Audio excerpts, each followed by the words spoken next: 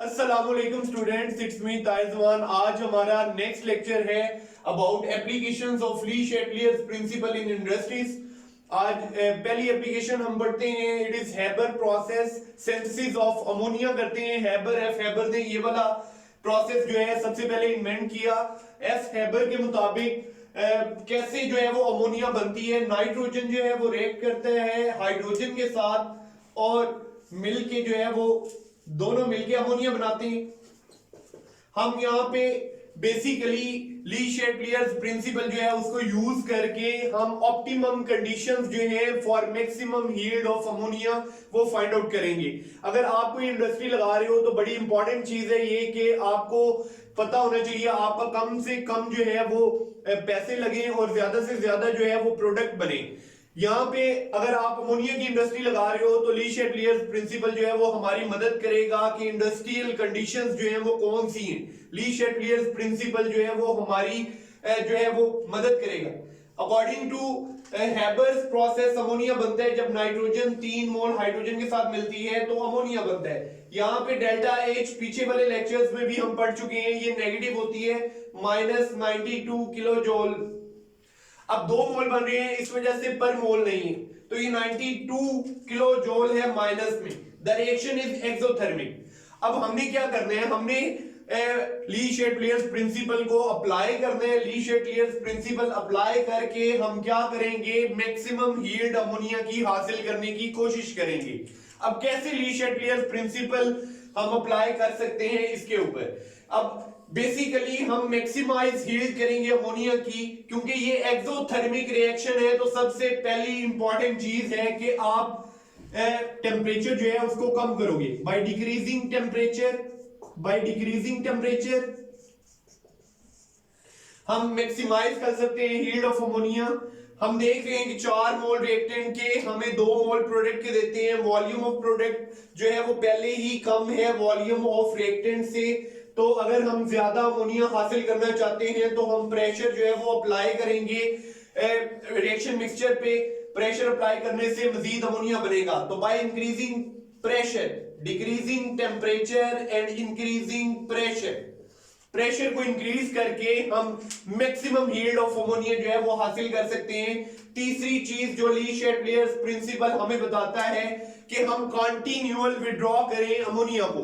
हम जैसे ही अमोनिया बन रहा है उसको जो है वो निकाल ले रिएक्शन मिक्सचर में से। इससे क्या होगा, अमोनिया कम हो जाएगा, रिएक्टेंट ज्यादा हो जाएंगे, जिससे रिएक्टेंट जो है वो फॉरवर्ड रिएक्शन में जो है वो प्रोसीड करेंगे और मजीद अमोनिया बनाएंगे। तो तीसरी चीज है by continual withdrawal of ammonia. तो ये बड़ा इंपॉर्टेंट जो है वो शॉर्ट क्वेश्चन है कि हम कैसे मैक्सिमाइज यील्ड कर सकते हैं अमोनिया की। By using Le Chatelier's principle we can maximise yield of ammonia by decreasing temperature, by increasing pressure and by continual withdrawal of ammonia. ये 3 चीजें हम करके जो है वो हम मैक्सिमम यील्ड अमोनिया की जो है वो हासिल कर सकते हैं। अगर आप बेसिकली ग्राफ प्लॉट करो परसेंटेज यील्ड ऑफ अमोनिया और टेम्परेचर के दरमियान, तो फिर हमें डिफरेंट जो है वो यील्ड अमोनिया की मिलती है डिफरेंट टेम्परेचर। जब हमारे पास टेम्परेचर जो है वो बहुत ज्यादा होता है तो हम देख रहे हैं, ये देखो 1000 डिग्री सेल्सियस पे जब हमारे पास टेम्परेचर बहुत ज्यादा है तो यील्ड ऑफ अमोनिया मिनिमम है। ये मिनिमम यील्ड मिलती है क्योंकि ये एक्सोथर्मिक रिएक्शन है। तो टेम्परेचर को डिक्रीज, पीछे हम पढ़ चुके हैं, टेम्परेचर कम करना पड़ेगा हमें। तो टेम्परेचर कम करने से प्रोडक्ट मैक्सिमम हासिल कर सकते हैं हम। लेकिन यहाँ पे टेम्परेचर जो है वो ज्यादा करने से यील्ड जो है वो अमोनिया की कम हो जाएगी। लेकिन अगर हम टेम्परेचर कम करते हैं फिर क्या होगा, टेम्परेचर को कम करने से हमें मैक्सिमम यील्ड तो अमोनिया की मिलेगी, लेकिन रेट ऑफ इट्स फॉर्मेशन, उसके बनने का रेट जो है वो इतना स्लो हो जाएगा कि इकोनॉमिकली हमारी इंडस्ट्री जो है वो कोलैप्स कर जाएगी, खत्म हो जाएगी। इकोनॉमिकली हम इस चीज को जो है वो बियर नहीं कर सकेंगे, जो लॉस होगा। वजह क्या है, क्योंकि जो अमोनिया 12 घंटों में फर्ज करें बनना है वो 24 घंटों में बनेगा। तो फिर आपको उतनी लेबर रिक्वायर है, उतना ही आपको जो है वो फ्यूल ज्यादा रिक्वायर है। तो बेसिकली हम हाई टेम्परेचर पे तो कम यील्ड मिलती है अमोनिया की, लेकिन उसकी फॉर्मेशन जो है वो बहुत स्लो होती है। इंडस्ट्री कोलैप्स कर जाएगी और हम ये अफोर्ड नहीं कर सकते। इस वजह से बेसिकली क्या होता है, हम ऐसी इंडस्ट्रियल कंडीशंस ढूंढते हैं जहां पे हमारी इंडस्ट्री भी कोलैप्स ना करे, हमें मुनाफा भी हो और हम मैक्सिमम यील्ड और ऑफ अमोनिया भी हासिल कर सके। तो जो इंडस्ट्रियल कंडीशंस है वो यहाँ पे सर्कल से डिनोट की हुई है। इंडस्ट्रियल कंडीशंस, इंडस्ट्रियल कंडीशंस में 400 डिग्री सेल्सियस टेम्परेचर है, 200 से 300 एटीएम प्रेशर है और कैटलिस्ट है। अब कैटलिस्ट बड़ा इंपॉर्टेंट है, यहां पे अगर आप कैटलिस्ट यूज नहीं करोगे तो फिर प्रॉब्लम होगी। फिर क्या प्रॉब्लम होगी? फिर ये प्रॉब्लम होगी या तो आपको यील्ड कम मिलेगी या रेट ऑफ रिएक्शन जो है वो कम हो जाएगा। तो दोनों में से एक चीज होगी। अगर आप रेट ऑफ रिएक्शन जो है वो बड़ा तेज चाहते हो, जल्दी जल्दी रिएक्शन कंप्लीट हो, तो फिर अमोनिया वो हाई टेम्परेचर पे होगा, तो हाई टेम्परेचर पे अमोनिया की यील्ड कम हो जाएगी। लेकिन अगर आप चाहते हो कि यील्ड ज्यादा मिले, हीट ज्यादा मिले तो टेम्परेचर कम करना पड़ेगा। जब आप टेम्परेचर कम करोगे तो रेट ऑफ रिएक्शन कम हो जाएगा। तो बेसिकली हम क्या करते हैं, हम टेम्परेचर को मॉडरेट कर देते हैं, मॉडरेट लेवल पे ले जाते हैं, लेकिन 400 डिग्री सेल्सियस, और हम एक कैटलिस्ट यूज करते हैं।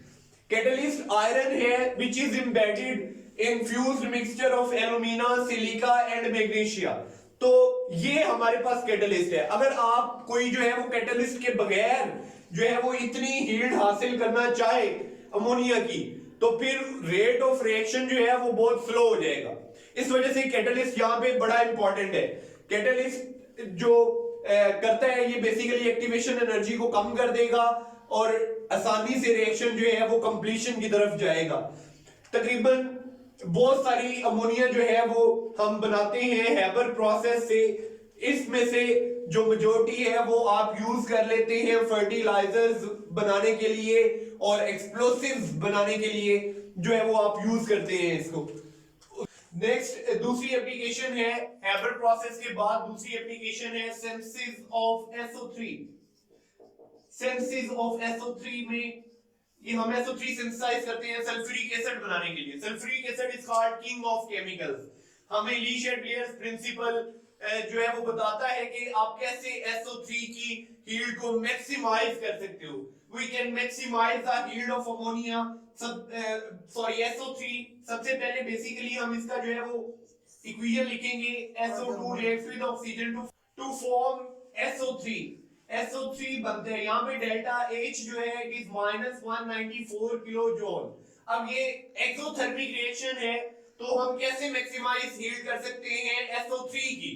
अब जैसे अमोनिया की यील्ड को मैक्सिमाइज किया गया था, बिल्कुल वैसे ही ली शेड्लियर्स प्रिंसिपल हमारी मदद करता है इसकी यील्ड को मैक्सिमाइज करने के लिए।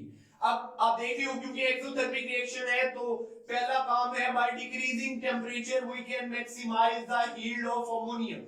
हम यील्ड ऑफ अमोनिया को मैक्सिमाइज कर सकते हैं बाय डिक्रीजिंग टेंपरेचर। दूसरा है, आप देख रहे हो 3 moles of reactant form 2 moles of product. Volume product का पहले ही कम है, अगर कोई इक्विलिब्रियम पे रिएक्शन मिक्सचर पे अप्लाई करेगा प्रेशर, तो फिर उसका जो है वो यील्ड ऑफ अमोनिया जो है वो ज्यादा हो जाएगी बाय अप्लाइंग प्रेशर। और तीसरी चीज हम कैटलिस्ट यूज करते हैं। कैटलिस्ट जो है इट इज वेनेडियम पेंटाऑक्साइड और प्लैटिनम। वेनेडियम पेंटाऑक्साइड आप यूज करते हो एज कैटलिस्ट।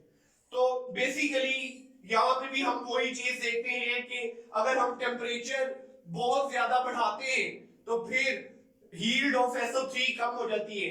अगर टेम्परेचर बहुत ज्यादा कम करते हैं तो फिर उसकी फॉर्मेशन का रेट जो है वो कम हो जाता है। तो हमें ऑप्टिमम कंडीशंस ढूंढनी है, इंडस्ट्रियल कंडीशंस ढूंढनी है ताकि रेट ऑफ फॉर्मेशन भी अच्छा हो और हमें यील्ड भी SO3 की जो है वो अच्छी मिल सके। ये कैसे हम करेंगे? हम ऑप्टिमम कंडीशंस यूज करेंगे। टेम्परेचर जो है वो तकरीबन 650 डिग्री सेल्सियस जो है वो आप टेम्परेचर यूज करोगे और प्रेशर आप बढ़ाने की बजाय आप एयर का प्रेशर बढ़ा देते हो, ऑक्सीजन का O2 का प्रेशर आप बढ़ा देते हो, जिससे आपको इसके ऊपर प्रेशर डालना नहीं पड़ता। नंबर 3 आप यूज करते हो वेनेडियम पेंटाऑक्साइड ताकि आप मैक्सिमम यील्ड ऑफ अमोनिया जो है वो हासिल कर सको। इसके बाद नंबर 4 जो इक्विलिब्रियम मिक्सचर आपको मिलता है उसे आप दोबारा से जो है वो रीट्रीट करते हो at 400 degree Celsius. 400 degree Celsius पे रीट्रीटमेंट से आपको ज्यादा SO3 मिल सकती है। अब बेसिकली SO3 जो है वो इसकी बड़ी इंपॉर्टेंस है। SO3 आप यूज करते हो to prepare H2SO4 and H2SO4 is called king of chemicals. इसको किंग ऑफ केमिकल्स कहते हैं। ये किंग ऑफ केमिकल्स क्यों है? क्योंकि किसी भी मुल्क की जो इंडस्ट्रियल डेवलपमेंट है उसका अंदाजा आप लगा सकते हो कि उस मुल्क में सल्फ्यूरिक एसिड जो है वो कितना बन रहा है। ये हमारा आज का जो है वो टॉपिक था। एक दफा मैं आपको इसको रिवाइज करवा देता हूं। Applications of Le Chatelier principle in industries. पहली एप्लीकेशन है Haber process synthesis of ammonia. ये सिंथेसिस ऑफ अमोनिया हम हैबर प्रोसेस से कैसे करेंगे, मैक्सिमम यील्ड हम कैसे हासिल करेंगे by using Le Chatelier principle. ये नीचे दिया हुआ है। Decreasing temperature by increasing pressure and continual withdrawal of ammonia we get maximum yield of ammonia। अब अगर हम टेम्परेचर बहुत ज्यादा बढ़ाते हैं तो हमें ग्राफ से पता चल रहा है कि टेम्परेचर अगर 1000 डिग्री सेल्सियस पे चला जाता है तो फिर yield ऑफ अमोनिया बहुत कम है, लेकिन उसकी रेट ऑफ फॉर्मेशन बड़ा तेज है। लेकिन अगर आप टेम्परेचर कम कर देते हो तो फिर yield बहुत ज्यादा है, रेट ऑफ फॉर्मेशन कम हो जाएगा। इस वजह से आप कोई इंडस्ट्रियल कंडीशंस ढूंढते हो। इंडस्ट्रियल कंडीशंस ये हैं जो ये 400 डिग्री सेल्सियस टेम्परेचर, 200 से 300 एटीएम प्रेशर और iron which is embedded in fused mixture of alumina, silica and magnesium. दूसरी एप्लीकेशन है सिंथेसिस ऑफ SO3। ये भी एक एक्सोथर्मिक रिएक्शन है। इसका भी आप मैक्सिमाइज कर सकते हो SO3 की heat by decreasing temperature, by increasing pressure and by using vanadium pentoxide as catalyst. Optimum conditions क्या है? 650 डिग्री सेल्सियस टेम्परेचर है। ऑक्सीजन आप यूज करते हो instead of increasing pressure, vanadium pentoxide catalyst और इक्विलिब्रियम मिक्सचर को recycle करना है 400 degree Celsius to get maximum yield of SO3। SO3 is used to prepare H2SO4 sulfuric acid which is king of chemicals।